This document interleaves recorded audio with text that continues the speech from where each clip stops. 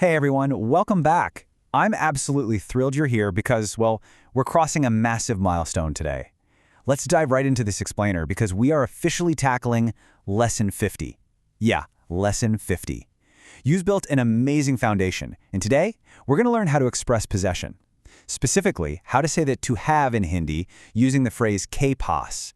Honestly, it's a total game changer for your conversational fluency. So here's our quick agenda for today's explainer. Welcome and introduction, the concept of possession, everyday examples, some speaking practice, a little small practice, and finally, our summary and ending. Let's get right to it. Welcome and introduction. So officially, hello and welcome to Learn Hindi Lesson 50. Our primary goal today is simple, but man, is it powerful. We're going to learn exactly how to express the English concepts of have or has, like you want to say you have a book, or you have a car, or maybe they have a house. Well, by the end of this explainer, you'll be doing all of that effortlessly. All right, here's the big secret right up front. Hindi actually doesn't have a direct single-word equivalent to the English verb to have. I know, right? Sounds kind of crazy at first. Instead, Hindi uses this magic phrase, ke paas. Whenever you want to say you possess a physical object, you're going to be using this exact phrase. It does require a tiny shift in how you think about sentences, but once it clicks, it is beautifully logical. Section 2. The concept of possession. Now, what's really fascinating here is the literal translation. The word paas, by itself, it simply means near. So, when you construct a sentence to say, I have a book, what you're conceptually saying in Hindi is, near me there is a book. Isn't that wild? You're literally describing possession as physical proximity. This right here, this literal translation, is your aha moment.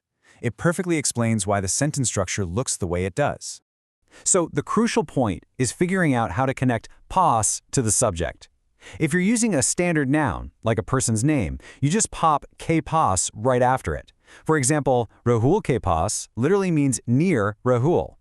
But, and this is important, when you're using pronouns like I or you, that ke actually disappears. It fuses with the pronoun to create a possessive form. So I becomes my, which is mere.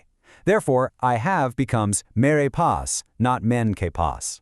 Just remember this rule of thumb. Standard nouns get ke paas, while pronouns take their possessive form plus paas. Section 3. Everyday examples. Let's walk through some core examples so you can see this in action. Take a look at the first two. Rahul has a book translates to Rahul ke paas kitab hai. And Anna has a book is Anna ke paas kitab hai. Did you notice how the rule applies uniformly, regardless of gender? Ke paas stays exactly the same. Now let's look at the pronouns. I have two books becomes mere paas do kitabein hain. Remember that fused pronoun we just talked about? Mere paas. And for they have three houses, it's unke paas teen ghar hain. Also notice that for the plural items, like two books or three houses, the sentence ends with the plural hen instead of the singular hai. But that core possession phrase, ke paas or mere paas, remains perfectly consistent throughout. Now, this brings us to a really important point, the exceptions. You absolutely need these guardrails if you want to sound like a native speaker. We use ke paas for physical, transferable objects, but you can't use it for things that are an intrinsic part of you. For body parts and family members, we use direct possession. You wouldn't say, near me are two hands. You just say, mere do hath hain. Literally, my two hands are. The exact same logic goes for family. Uske do bete hain means his two sons are, or he has two sons. And finally, for illnesses like a cold or a fever, we use the word ko, which translates to two. So I have a fever becomes mujhe bikar hai, literally, to me, fever is. Just keep these exceptions in your back pocket. Ke paas for objects, direct possession for body and family, and ko for illnesses. Section 4. Speaking practice. Okay, you've absorbed the grammar like a sponge. Now I'm shifting the weight entirely over to you. It's time for some active, out-loud speaking practice. Seriously, don't just listen to me. You've got to move your mouth and speak these words out loud to build that muscle memory. We're going to start with a basic noun. I'll read the Hindi phrase slowly and clearly, and I want you to repeat it right after me. Ready? Here we go. Rahul ke paas kitab hai.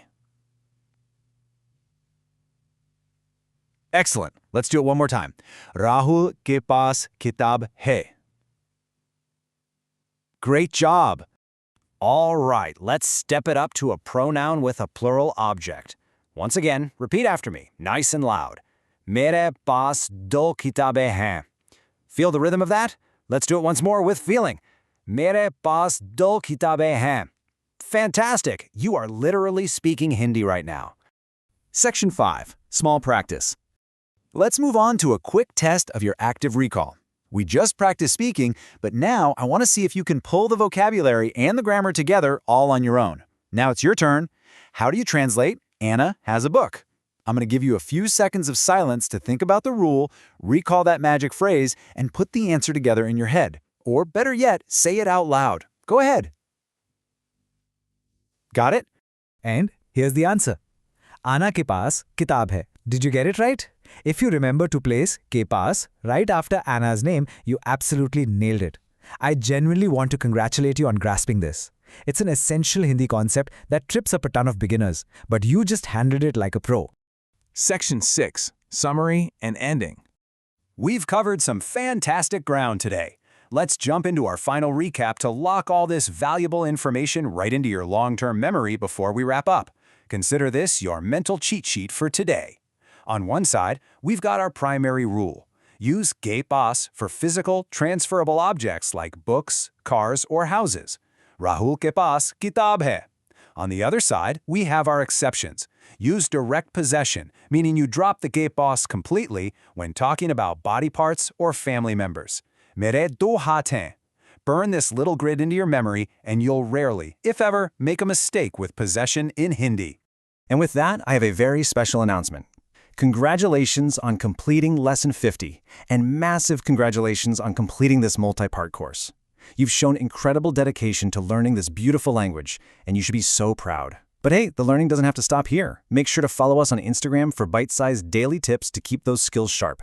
And definitely shoot us an email if you want access to additional advanced learning resources. You've got the tools now. So I'll leave you with this final provocative thought to carry with you today. Now that you know the magic phrase, what is the very next thing you're going to proudly tell the world that you have in Hindi? Keep practicing, keep speaking, and I'll see you in our future explainers.